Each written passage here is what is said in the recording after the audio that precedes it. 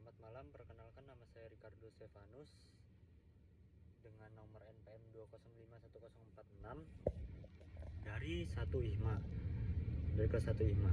Hari ini saya akan mempresentasikan beberapa hal mengenai hukum, sumbernya, apa itu hukum dan asas dan norma.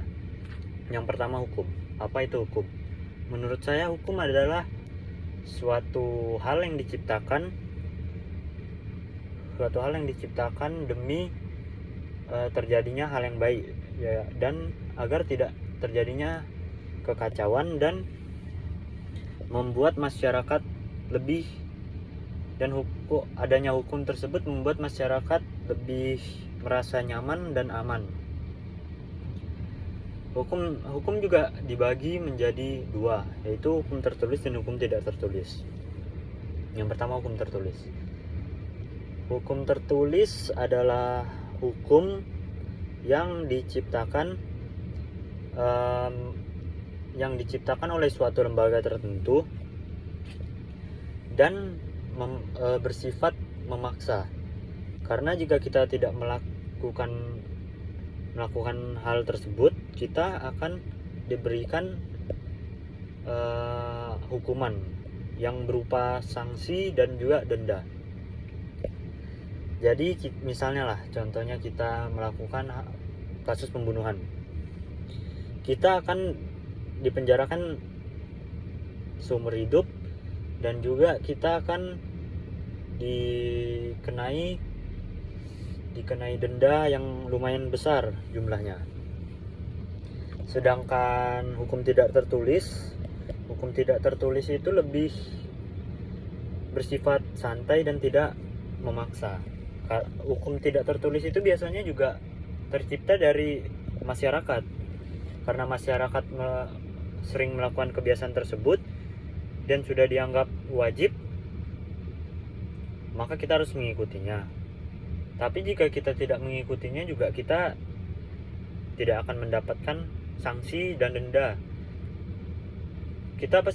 Sanksi pasti dapat, tapi tidak sebesar jika kita tidak mengikuti peraturan yang tertulis. Misalnya, jika kita tidak mengikuti hukum tidak tertulis tersebut, paling kita akan dikucilkan, dan juga kita akan diberikan kayak stereotip dari warga-warga sekitar. Misalnya disebutlah anak tidak beretika dan lainnya. Baru yang kedua adalah asas dan norma. Asas hukum adalah aturan dasar dan prinsip-prinsip hukum yang abstrak dan pada umumnya melatar belakangi peraturan konkret dan pelaksanaan hukum.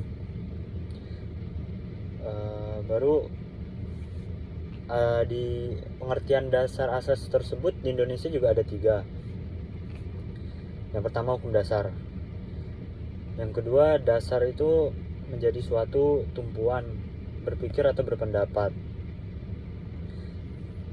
Jadi asas kalau menurut saya itu masih gagasan-gagasan untuk membuat gagasan-gagasan atau ide-ide dalam membuat suatu peraturan, tapi belum terlaksanakan, masih idenya. Sedangkan norma merupakan hasil dari asas tersebut yang direalisasikan. Jadi ya, norma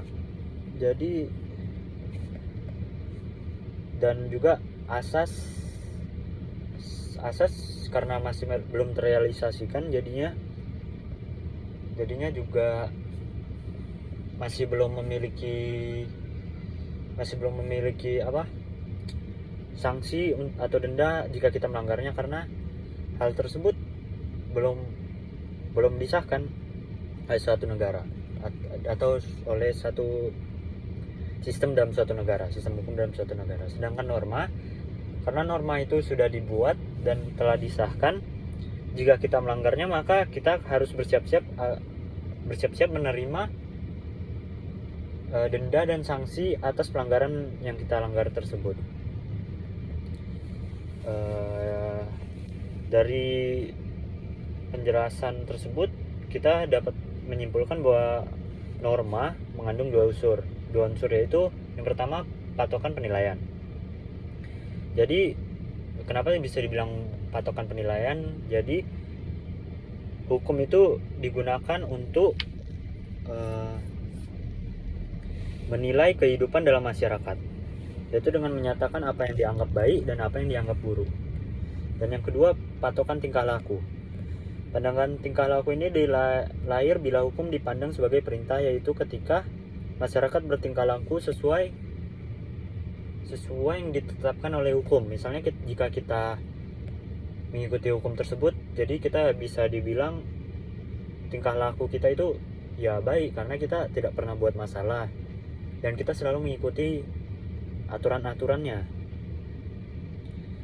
Juga ada perbedaan mendasar antara asas dan norma tersebut, yaitu yang pertama, asas itu masih dasar pemikirannya dan masih bersifat abstrak, sedangkan norma merupakan peraturan yang udah real, udah disahkan. Asas adalah suatu ide atau konsep, sedangkan norma adalah penjabaran dari ide tersebut. Dan yang ketiga, asas itu sendiri jadi ya masih belum ada sanksinya jika kita melanggar. Sedangkan norma karena sudah disahkan seperti yang saya bilang, jadi udah ada hukumnya. Tentu saja kedua hal ini berbeda karena asas itu merupakan latar belakangnya dari adanya suatu hukum konkret, sedangkan norma adalah hukum konkret itu sendiri. Setelah itu saya juga akan menjelaskan tentang sumber hukum. Sumber hukum secara umum, sumber hukum merupakan asal mula hukum itu ada dari mana dan bagaimana hukum itu dapat awalnya diterapkan. Banyak pengertian berbeda-beda dari masing-masing tokoh-tokoh dan para ahli. Menurut ahli sejarah, sumber hukum merupakan undang-undang atau dokumen lain yang bernilai sama dengan undang-undang. Sementara ahli sosiologi dan antropologi mengatakan sumber hukumnya berasal dari masyarakat. Berbeda lagi dengan ahli ekonomi. Sumber hukum yaitu apa yang tampak di lapangan, sedangkan ahli agama menganggap sumber hukum adalah kitab-kitab suci. Bagi ahli filsuf, sumber hukum yakni segala ukuran yang digunakan untuk menentukan bahwa suatu hukum itu adil. Mengapa orang mengikuti hukum itu, menaatinya, dan sebagainya. Kamus Besar Bahasa Indonesia menerangkan bahwa sumber hukum adalah segala sesuatu yang berupa tulisan dokumen yang digunakan suatu negara untuk sebagai pedoman atau sebagai pegangan dalam bernegara, dalam mengatur kehidupan dalam negara itu sendiri. Sehingga sumber hukum dapat diartikan sebagai bahan atau materi yang berisi hukum itu dibuat dan dibentuk.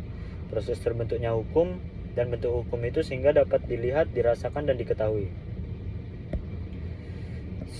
Sumber hukum inilah yang menimbulkan aturan-aturan yang mengikat dan memaksa itu. Jika aturan dilanggar maka ya akan diberikan sanksi. Itu kalau hukum tertulis yang memang sudah disahkan dan sudah betul ada bukti bahwa itu hukum udah tertulis, dan juga sanksi yang diberikan itu tidak asal-asal karena sanksinya juga tertulis. Jika kita melanggar hal ini maka kita akan diberikan hukuman seperti ini. Sumber hukum juga memiliki jenis-jenis. Ada sumber hukum material. Sumber hukum material merupakan sumber dari mana materi hukum itu diambil. Sumber hukum ini menjadi faktor yang membantu menentukan isi atau materi hukum.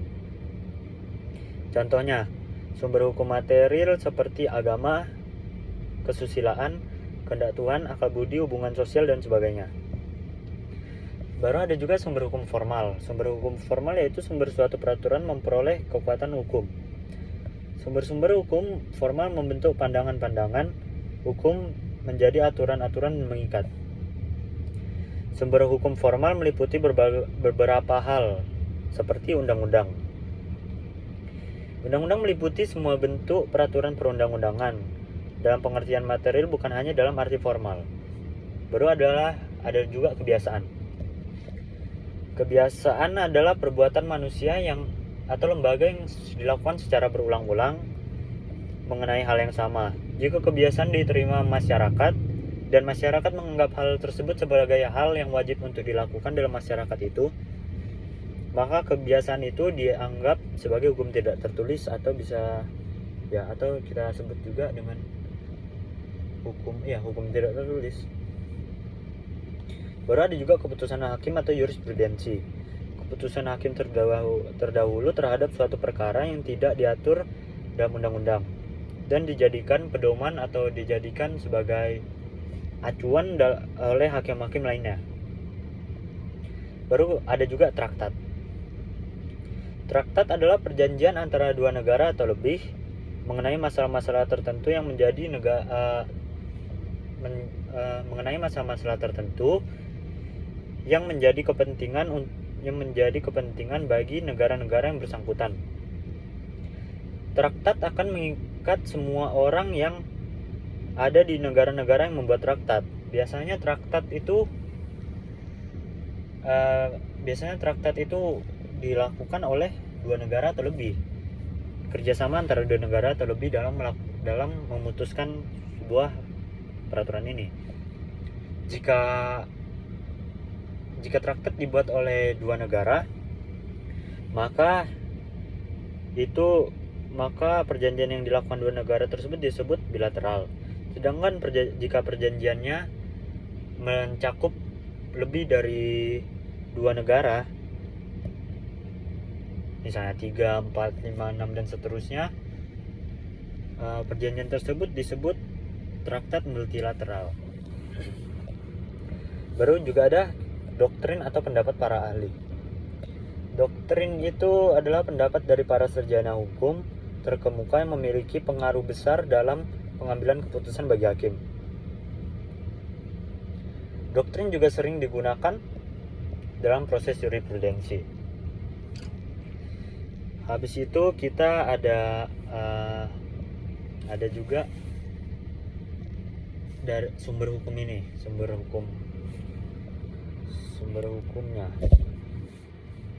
Sumber hukum kalau menurut saya pribadi, kalau dari Indonesia lebih sebelum UUD 1945 itu lebih ke dari sistem hukum agama Islam, karena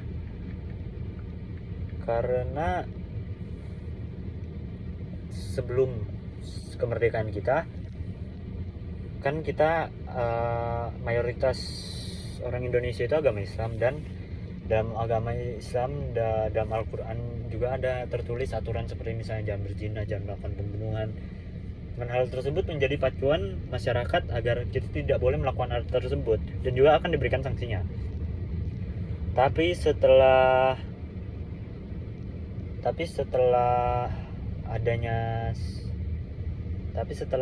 kita merdeka, kan kita dijajah nih oleh Belanda. Setelah kita dijajah yang lama, kita kan dijajah dalam waktu yang lama. Jadi lama-lama kita juga kebiasa dengan hukum Belanda tersebut.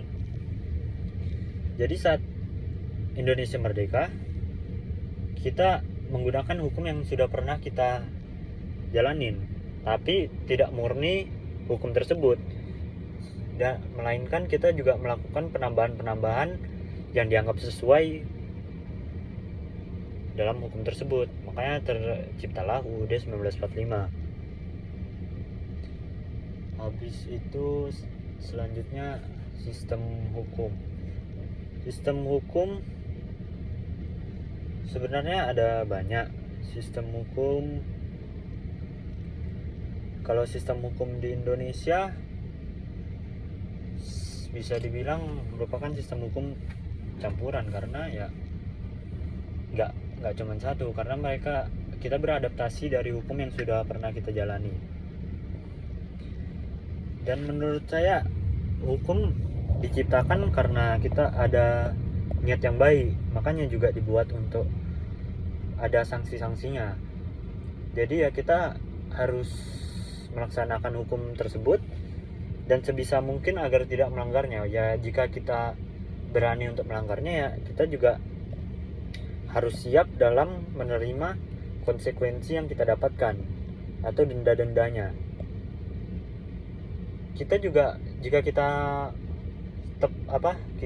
jika kita taat dalam melakukan dalam mengikuti hukum, itu ada pengaruh baik juga untuk kita dalam bermasyarakat, karena jika semua orang ini mengikuti hukum dengan baik, maka tidak akan terjadinya kerusuhan, semuanya akan berjalan dengan lancar. Cuman kan kadang ya kita ingin mengikuti apa yang kita mau sendiri, jadi ya sebisa mungkin ya kita harus mengikuti hukumnya dan menjalaninya. Sekian dari saya, terima kasih.